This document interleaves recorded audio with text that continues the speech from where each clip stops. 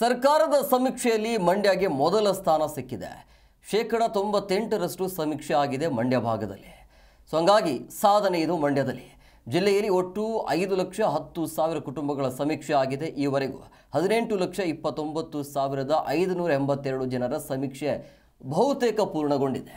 ಮಂಡ್ಯ ಜಿಲ್ಲೆ ಸಮೀಕ್ಷೆಯ ಕಾರ್ಯದಲ್ಲಿ ಮೊದಲ ಸ್ಥಾನ. ಸಮೀಕ್ಷೆಗೆ ಸಹಕರಿಸಿರುವಂಥ ಸಿಬ್ಬಂದಿಗೆ DC ಅಭಿನಂದನೆಯನ್ನು ಕೂಡ ಸಲ್ಲಿಸಿದರು. 31ನೇ ತಾರೀಕಿನ ತನಕ ಅವಕಾಶ ಇದೆ ಸಮೀಕ್ಷೆಗೆ ಭಾಗಿಯಾಗೋದಕ್ಕೆ.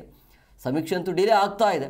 ಆರಂಭದಲ್ಲಿ 15 ದಿನ, ಅದಾದ ನಂತರ ಮತ್ತೆ 10 ದಿನ ಎಕ್ಸ್ಟೆಂಡ್ ಮಾಡಿದರು. ಈಗ ಮತ್ತೆ 31ನೇ ತಾರೀಕಿನ ತನಕ ಅವಕಾಶ ನೀಡಲಾಗಿದೆ. ಆದರೆ ಆಲ್ಮೋಸ್ಟ್ ಆಲ್ ಮಂಡ್ಯ ಸಮೀಕ್ಷೆಯಲ್ಲಿ ಎಲ್ಲರೂ ಕೂಡ ಭಾಗಿಯಾಗಿದ್ದಾರೆ. 98% ಸಮೀಕ್ಷೆ ಮುಕ್ತಾಯ ಆಗಿದೆ ಮಂಡ್ಯ ಭಾಗದಲ್ಲಿ.